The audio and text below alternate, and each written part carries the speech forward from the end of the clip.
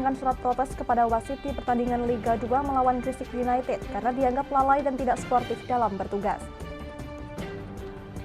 Kenaikan harga BBM juga dirasakan oleh pemilik jasa penggilingan gabah dan padi di Boyolali. Mereka mengeluhkan kenaikan harga gabah sekira Rp2.000. Pendaftaran pengawas kecamatan atau Panwascam di Kabupaten Pati membludak. Hal tersebut membuat Bawaslu memperketat seleksi pemilihan. Selamat malam pemirsa, bersama saya Amanda Soraya, Anda tengah menyaksikan Jateng hari ini. Ya, kita ke berita pertama. Pemilik jasa penggilingan gabah dan padi di Boyolali resah akibat kenaikan harga gabah dari petani. Ditambah ongkos produksi beras juga bertambah akibat kenaikan harga BBM.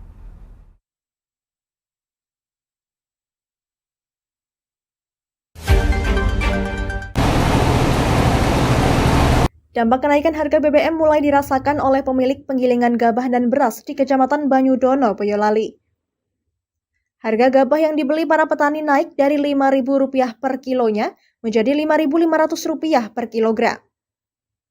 Pemilik jasa penggilingan gabah Srianto mengatakan, dirinya selain membeli gabah langsung dari petani, ia juga menyediakan jasa penggilingan gabah bagi warga. Harga jasa penggilingan gabah juga terkerek naik sebagai dampak kenaikan harga BBM. Satu karung gabah yang biasanya dihargai Rp5.000 kini naik menjadi Rp7.000. Sebagai dampak kenaikan harga BBM saat ini, dalam sehari Srianto bisa mengeluarkan biaya pembelian solar untuk mesin penggilingan mencapai Rp100.000, sedangkan sebelumnya dirinya hanya mengeluarkan uang Rp75.000 saja. Semua kenaikan harga itu juga turut membuat harga jual beras juga ikut naik. Kualitas sedang yang biasanya dijual Rp9.000 per kilogramnya saat ini naik menjadi Rp10.000. Kenaikan harga beras berlaku untuk semua jenis beras antara Rp1.000 hingga Rp2.000 per kilogram.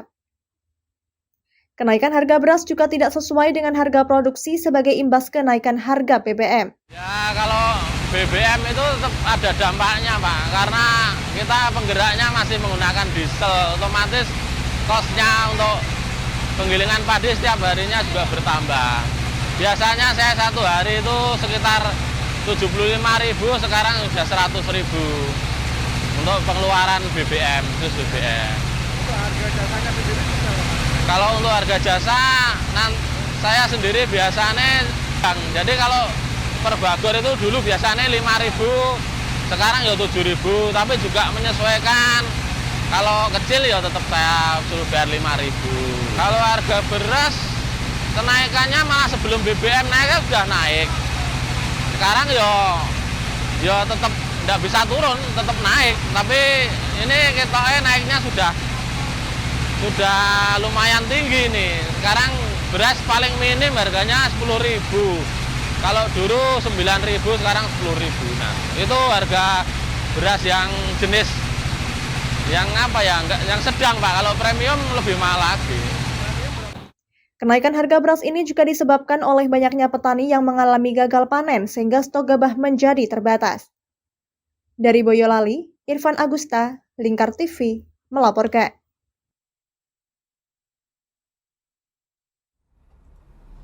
Di Kota Tegal, Jawa Tengah, partai politik yang terverifikasi hanya ada 21, padahal yang terdaftar di KPU sebanyak 24 partai politik. Sedangkan 3 parpol yang tidak ada yakni Partai Keadilan dan Persatuan, Partai Prima, dan Partai Republik Indonesiaku. Nama yang ada di partai politik. Hal ini disampaikan Komisioner KPU Kota Tegal Divisi Teknis Penyelenggaraan Lis Herawati usai menggelar rakor dan sosialisasi Peraturan KPU atau PKPU nomor 345 tahun 2022 tentang perubahan ketiga atas keputusan KPU nomor 259 tahun 2022 tentang pedoman teknis bagi parpol dalam tahapan pendaftaran, verifikasi, dan penetapan parpol peserta pemilu 2024. Dari 21 parpol tersebut sudah diverifikasi administrasi pada 16 Agustus hingga 9 September, pada 15 sampai 28 September 2022 sampai saat ini masih dalam masa perbaikan. Lis Herawati meminta para parpol agar memperbaiki data yang belum memenuhi syarat terkait nama, NIK, serta tanggal lahir. Kota Tegal itu ada Partai Keadilan dan Persatuan, Partai Prima, dan Partai Republik Indonesia. Dari 21 partai politik tersebut, kemarin kita sudah melaksanakan verifikasi administrasi ya. Kalau di tingkat KPU Kabupaten Kota itu tanggal 16 Agustus sampai dengan 9 September. Itu sudah kita laksanakan, dan nanti di tanggal 15 sampai 28 September ya, yang saat ini sampai 2022 sampai saat ini itu sedang masa perbaikan verifikasi administrasi. Nanti partai politik diminta untuk memperbaiki data yang kemarin dinyatakan oleh tim verifikator itu masih belum memenuhi syarat. Itu nanti diperbaiki terkait dengan nama, NIK, tanggal lahir, dan jenis kelamin. Itu nanti disesuaikan dengan KTA dan KTPL-nya. Di masa perbaikan ini nanti mereka memperbaiki ya yang belum memenuhi syarat dan mengganti yang kemarin sudah dinyatakan tidak memenuhi syarat. Tidak memenuhi syarat kenapa? Karena kemarin ada kegandaan dengan partai lain ya. Dan potensi tidak memenuhi syarat karena usia atau pekerjaan, PNS atau TNI Polri itu kan bukan menjadi anggota partai politik. Itu digantikan dengan yang baru sejumlah kekurangan. Itu mekanismenya seperti itu, dan di masa perbaikan ini nanti akan diberi status hanya MS dan TMS. Beda dengan masa verifikasi administrasi yang lalu, itu ada MS, PMS, dan TMS. Dalam rakor dan sosialisasi yang digelar KPU Tegal Kota ini, diikuti para pengurus parpol, ormas, dan pemangku kepentingan terkait. Dari Tegal, Gus Fadilah, Lingkar TV, melaporkan. Ratusan masyarakat Pati mendaftar Panitia Pengawas Kecamatan atau Panwascam untuk pemilu 2024. Pendaftar pada tahun ini membludak, jumlah pendaftar mencapai 500 orang, sehingga Badan Pengawas Pemilihan Umum atau Bawaslu akan memperketat tahap seleksi. Ratusan masyarakat Pati mendaftar Panitia Pengawas Kecamatan atau Panwascam untuk pemilu 2024. Pendaftar pada tahun ini membludak, jumlah pendaftar mencapai 500 orang, sehingga Badan Pengawas Pemilihan Umum atau Bawaslu akan perketat tahap seleksi. Koordinasi Divisi Organisasi dan Sumber Daya Manusia Bawaslu Pati, Karto, mengaku kaget dengan antusias masyarakat yang tinggi lantaran tertarik dengan lamanya masa kerja sekitar 20-27 bulan masa kerja. Karto mengungkapkan para pendaftar Panwascam akan diseleksi. Ada 2 tahapan yang akan diselenggarakan, yakni secara tertulis dan wawancara. Dalam seleksi ini nantinya akan dijaring 6 orang pada setiap kecamatan, kemudian lanjut ke tes wawancara untuk menjaring 3 terbaik. Diketahui kebutuhan Panwascam Pati sebanyak 63 orang, setiap kecamatan akan diisi 3 orang Panwascam. Nah, seleksi kan dibagi menjadi 2, ada seleksi tertulis dan ada wawancara. Seleksi tertulis ini kita baru mencari tempat karena sistemnya kan CAT, pakai komputer, kemudian di rankingnya 1 sampai 6. Nah, itu kita baru mencari tempat. Setelah CAT selesai, kita di ranking, kemudian masuk di tahapan seleksi wawancara. Calon yang lolos seleksi wawancara ini nantinya akan diangkat menjadi pengawas kecamatan dan mulai bertugas setelah pelantikan. Pihaknya mengungkapkan jadwal tes tertulis akan dilaksanakan pada tanggal 14 sampai 16 Oktober, untuk tes wawancara tanggal 18 sampai 20 Oktober, dan pelantikan akan dijadwalkan pada tanggal 26 hingga 28 Oktober. Dari Pati, Arlinda Maya, Lingkar TV, melaporkan. Jangan kemana-mana pemirsa, kami akan kembali usai jeda pariwara. Tetap bersama kami.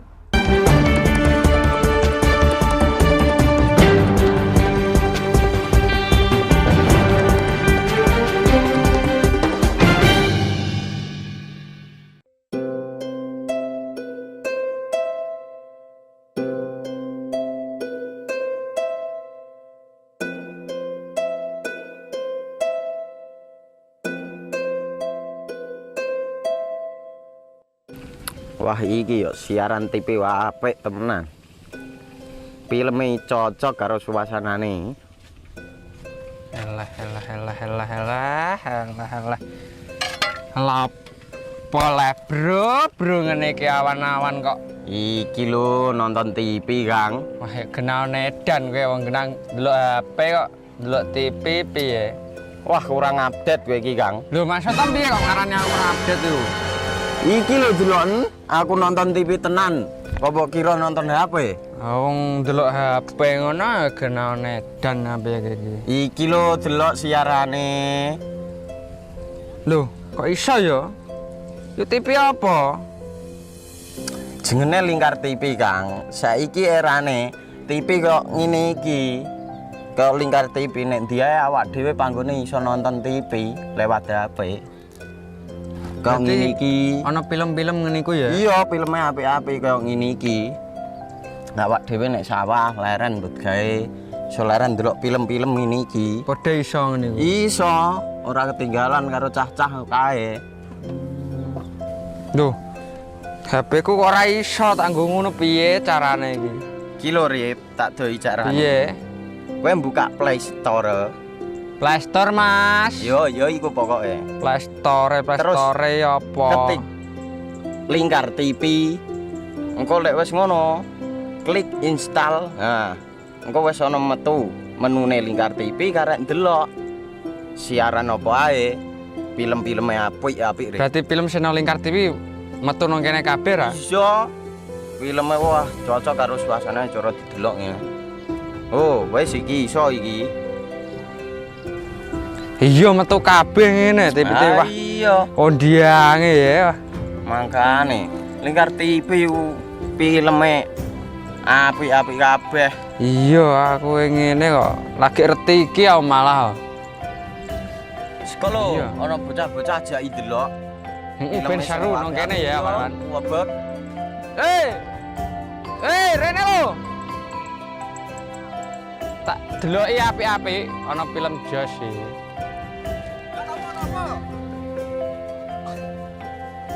Rene go Rene.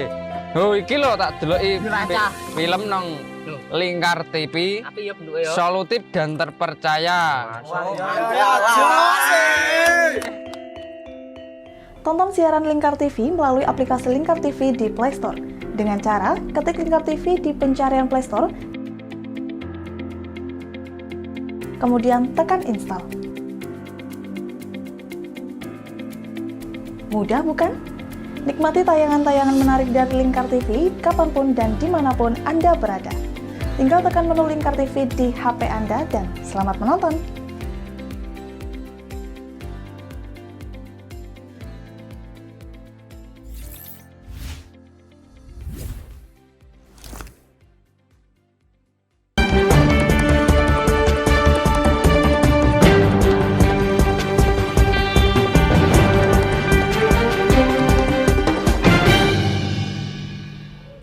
Masih bersama Jateng hari ini pemirsa, bertandang ke Gresik dalam lanjutan pekan ke-6 gelaran Liga 2, Persipapati harus mengakui keunggulan tuan rumah dengan skor 2-0. Dalam pertandingan tersebut, pelatih kepala Persipapati menyoroti banyaknya keputusan wasit yang kontroversial. Terkait hal tersebut, pihaknya mengaku siap melayangkan protes ke pihak Liga.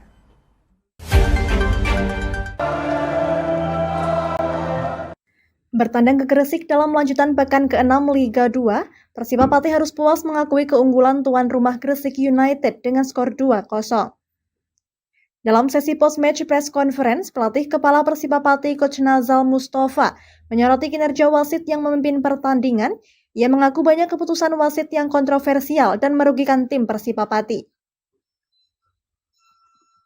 Terkait hal tersebut, pihaknya mengaku siap melayangkan surat protes kepada pihak Liga, namun ia mengaku menyerahkan sepenuhnya kepada pihak manajemen Persipapati. Sepak bola di Liga 2 kan liga profesional, jadi pemain-pemain banyak mudanya terjun di situ.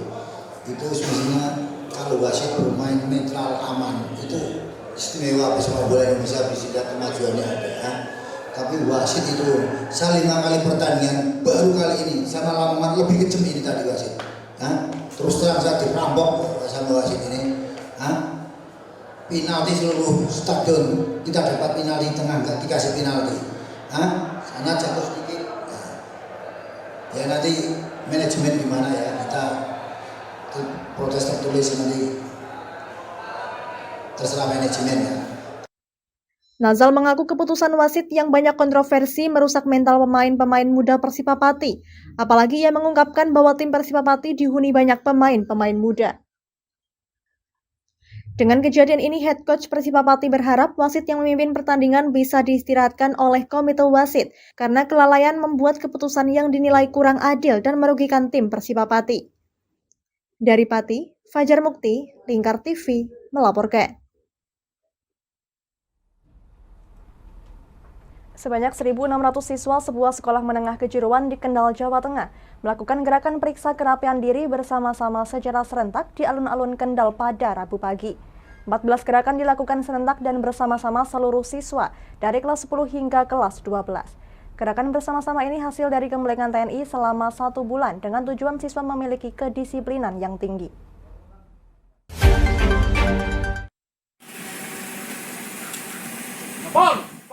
Ribuan siswa SMK Bina Utama Kendal, Jawa Tengah ini membentuk barisan rapi di alun-alun Kendal untuk melakukan aksi gerakan secara serentak dan bersama-sama. Gerakan periksa kerapian diri oleh 1.600 siswa ini dilakukan untuk memotivasi siswa agar disiplin dan rapi dalam berseragam sekolah serta memiliki karakter yang baik. Untuk mendapatkan 14 gerakan, ribuan siswa ini digembleng anggota TNI dari Kodim 0715 Kendal selama 1 bulan. Bimbingan pelatihan dan keterampilan mental serta fisik ini awalnya hanya membentuk karakter siswa. Kepala SMK Bina Utama Muhammad Haryadi mengatakan, kegiatan ini bentuk jawaban kepada dunia industri bahwa siswa mempunyai karakter dan kemampuan.